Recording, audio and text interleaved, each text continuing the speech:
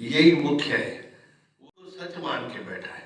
अब ये 5 जो विकार है, 5 विकारों में सबका महत्व है और सब तो खराब है। कोई पूछे कौन सा जहर अच्छा होता है, तो जहर कोई भी अच्छा नहीं होता।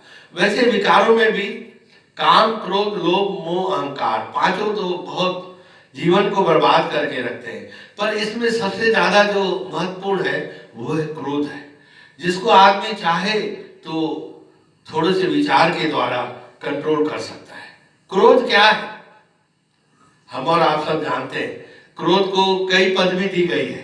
क्रोध को चंडाल कहते हैं, चंडवाल कहते हैं। क्रोध ऐसा है जिससे मति भ्रष्ट हो जाती है। मति भ्रष्ट होने से क्या होगा, फिर सोचता नहीं है क्या सही है क्या गलत है, उसका निर्णय नहीं ले पाता आदमी। जब क्रोध आता है, क्रोध क्षणिक रहता है, लेकिन उसका जो परिणाम रहता है वो बड़े लंबे समय तक रहता है। कभी कभी क्रोध में आदमी ऐसी हरकत कर देता है, कभी ऐसी बात बोल देता है कि जीवन भर पछताना पड़ता है। हर एक ने अपने जीवन में एहसास किया होगा क्रोध के ऊपर। क्रोध यानी गुस्सा। क्रोध जब आता है ना, तब आदमी को होश नहीं रहता, न स्थान देखता है कौन सा है, न व्यक्ति देखता है किसके सामने बोल रहा हूं, न समय देखता है कि कौन सा समय है। कई बार खुशी के मौके पे भी आदमी क्रोध करके पूरा खुशी के जो है माहौल को गमगीन कर देते हैं, बिगाड़ देते हैं। तो कहते हैं, इसीलिए बोलते हैं ना, क्रोध एक तूफान है। जिस प्रकार तूफान जो है आता है, लेकिन जब चले जाता है, तूफान जाने के बाद पता चलता है कि क्या नुकसान हुआ। वैसी क्रोध जब चले जाता है तब समझ में आता है कि क्या क्या नुकसान हुआ। बहुत से नुकसान होते हैं, जैसे कि अपन सोच लें, क्रोध करने वाले का स्वास्थ्य बिगड़ता है, स्वास्थ्य का नुकसान होता है एक। दूसरा, रिश्ते कई बार उससे टूट जाते हैं, अच्छे अच्छे रिश्ते क्रोध के कारण टूट जाते हैं। अब दुकानदार अगर क्रोध करता है तो उसका ग्राहक गया, धन का भी नुकसान होता है, कई प्रकार का नुकसान होता है इससे। क्रोध से आप कोई फायदा बताए क्रोध से तो कोई फायदा नहीं है, गिन नहीं सकता कोई, एक भी फायदा नहीं, सिर्फ नुकसान ही है। अब सवाल उठता है, कई लोग पूछते हैं, भाई साहब क्रोध आता क्यों है? क्रोध आने के कारण कई छोटे कारण भी है, कई बड़े कारण भी है। छोटे छोटे कारण पहले गिना देता हूँ। वास्तव में हम जा रहे हैं कहीं, गाड़ी खराब हो गई तो आदमी को गुस्सा आ जाता है, साला बीच खराब होनी थी।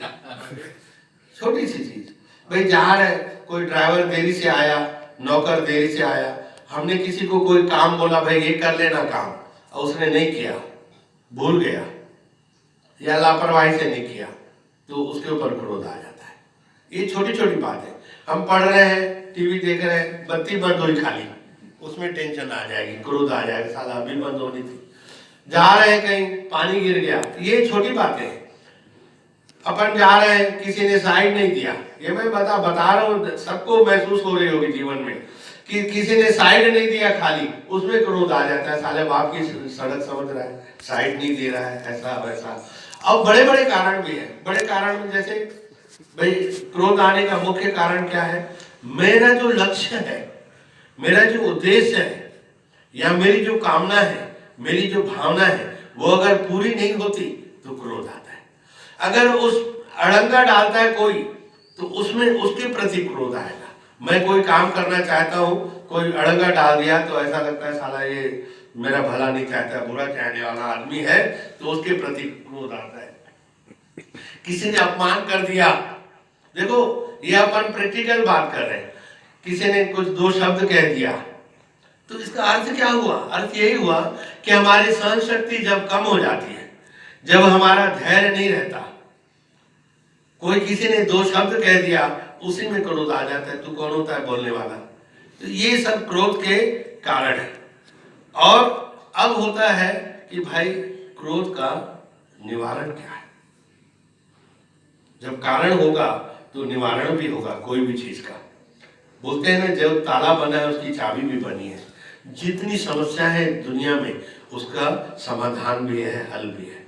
अब इसमें अपन तो थोड़ा सा धैर्य रखना पड़ेगा, समाधान के लिए अगर जैसे सोचते हैं ना, पहले के जमाने में छोटी छोटी बातें बताते थे, अभी भी कई लोग बताते हैं, अरे जब गुस्सा आए तब क्या कर तू, पानी पी लिया करो। समझ लो, सुने होगे आप भी, जब गुस्सा आए तो क्या करो, कोई बोलता है गिनती गिनो, 1 2 3 4, गिनती गिनोगे तो उधर से ध्यान हट जाएगा। कोई बोलता है श्वास को देखो, अपने श्वास कैसा चल रहा है करके उसको नजर करो। कोई बोलते हैं कि भाई क्रोध आए तो जगह से हट जाओ, सुने होंगे आप लोगों ने, तो यहां से चले जाओ दूसरी जगह को। ये तो हो गई अपनी जनरल बातें, छोटी छोटी चीजें जिसको आदमी कोई पालन करे, सिंपल सी बात है। पर अगर अपन गहराई से देखें, आज अपन देखें कि क्रोध से कैसे बचे। जिस प्रकार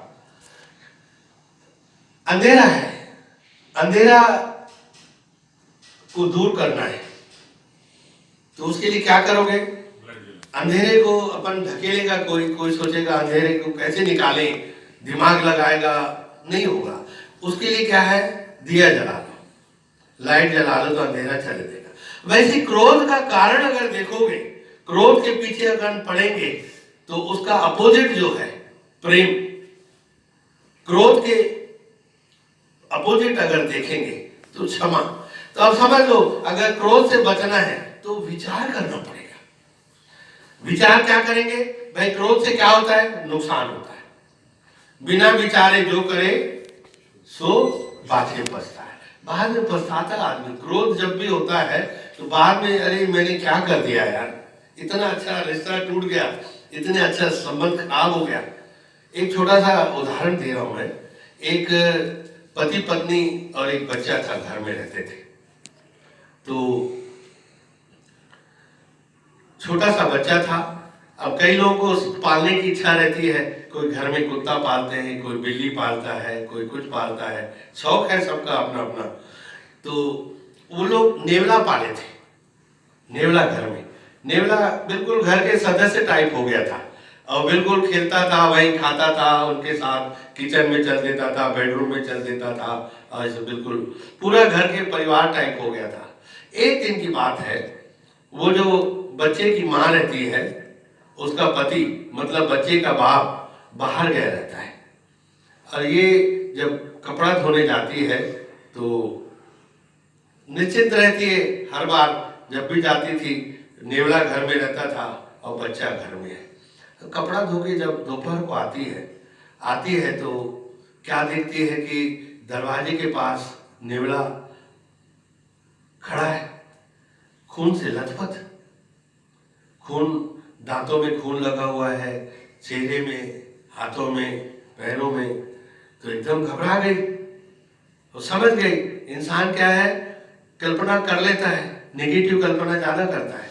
वो समझ गई कि जरूर मेरे बच्चे को इसने लहूलुहान कर दिया, मार डाला। गुस्सा आ गया, तेरे को पाली इतने दिनों से और तू खिलाए, सब कुछ किया, उसको क्या आता है गुस्से में, वो जो तगारी रहती है, घमेला जिसमें लेके आई रहती है कपड़ा धो के, पूरा उसके ऊपर फेंक देती है, नेवला के ऊपर फेंक दी, नेवला मर गया। और कल्पनाएं करते हुए अंदर घुसी घर में, मेरा बच्चा तो अब बच्चा नहीं होगा। अंदर देखती है तो ताजुब लगता है उसको, बच्चा खेल रहा रहता है और पलंग के पास एक जहरीला सांप मरा पड़ा था। अब उसको कहानी समझ में आ गई कि अरे मैं क्या कर दी, ये तो सांप आया था, वो मेरे बच्चे को डसने वाला होगा, मेरे बच्चे को डस न दे। तो एक परिवार के सदस्य के हिसाब से नेवले ने अपना फर्ज निभाया और उस सांप से लड़ा है, और सांप से लड़के सांप को आखिर मार डाला है। और उस सीना झपटी में देखी वहां खून फैला हुआ था, सांप का भी फटा हुआ था सांप का शरीर। अब समझ में आया कि ये जो खून था वो सांप का और नेवले का था, लड़ाई के कारण वो हुआ था। अब मैं क्या कल्पना कर दी। तो वही बोलते हैं कि फिर पछतावा के अलावा कुछ नहीं रहता। अब तो कोई मतलब नहीं है, बोलते हैं ना जड़ी चिड़िया चुग गई खेत, फिर क्या करोगे, कुछ नहीं हो सकता। सांप निकल गया, लकीर पीटने से कुछ नहीं होता। इसलिए बोलते हैं क्या है, विचार करना है कि इससे फायदा क्या है, कोई फायदा नहीं है, तो नुकसान है, तो जिस चीज से नुकसान है उसको छोड़ना पड़ेगा। विवेक और ज्ञान के द्वारा ही क्रोध छोड़ा जा सकता है।